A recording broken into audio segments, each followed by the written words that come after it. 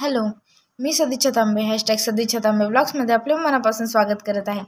आज मला काळ्या वाटाण्याची उसळ बनवण्यासाठी फरमाईश आली होती, तर आज मी तुम्हाला काळ्या वाटाण्याची उसळ बनवून दाखवणार आहे। तर चला रेसिपी बघण्यासाठी आपण किचनमध्ये जाऊया। इथे मी काळे वाटाणे रात्री भिजत ठेवले होते, ते आता मी स्वच्छ धुवून घेते आणि आता कुकरमध्ये पाणी घेऊन ते शिट्ट्या होण्यासाठी ठेवणार आहे। 7-8 शिट्ट्या द्यायच्या आहेत। इथे मी थोडंसं मीठ टाकते यामध्ये आणि झाकण लावून 7-8 शिट्ट्या देणार आहे कुकरला, जेणेकरून छान असे बॉईल होतील। हे बघा, ते बॉईल झालेले आहेत, मी तुम्हाला दाखवते। छान असे शिजले गेलेले आहेत वाटाणे। आता एका साईडला मी कढईमध्ये तेल गरम करायला ठेवते।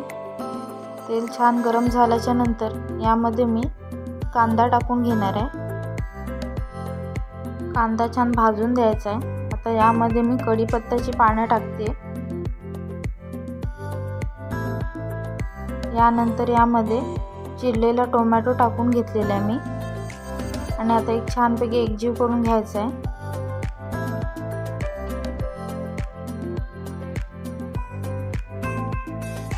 आता मी यामध्ये कांदा, खोबरं, लसूण, गरम मसाला आणि कोथिंबीरीचे जे वाटण केलेलं आहे हे मी यामध्ये घालून घेणार आहे।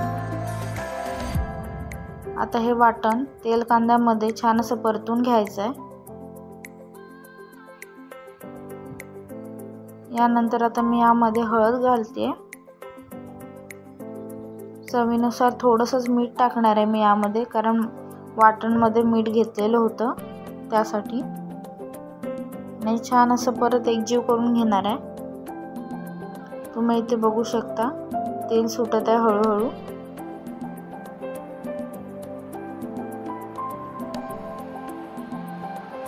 आणि आता यामध्ये तिखट मसाला घालून घेणार आहे मी।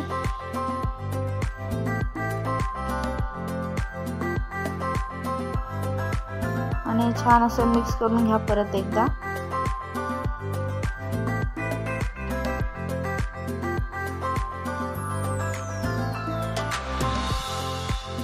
कांदा आणि टोमॅटो छान मऊ असा होऊन द्यायचा आहे। तुम्ही इथे बघू शकता हळूहळू तेल कसं सुटलं मसाल्याला, छान अशी तर्री येते वरती। आता हे जे उकडलेले वाटाणे होते ते मी आता यामध्ये घालून घेणार आहे। त्याचं पाणी सुद्धा घ्यायचं आहे, कारण ते पौष्टिक असतं त्यासाठी। आणि छान असं मिक्स करून हाय फ्लेमवर शिजू द्यायचं आहे। तुम्ही इथे बघू शकता किती छान अशी उकळी येते। आता आपलं तयार आहे उसळ वाटाण्याची।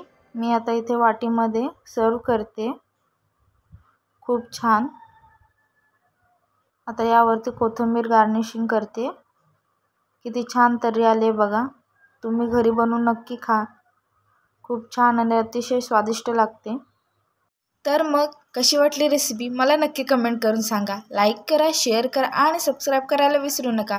तसेच बेल आयकॉन पण दाबा, म्हणजे माझ्या नवनवीन व्हिडिओचे अपडेट्स तुम्हाला मिळत राहतील। धन्यवाद।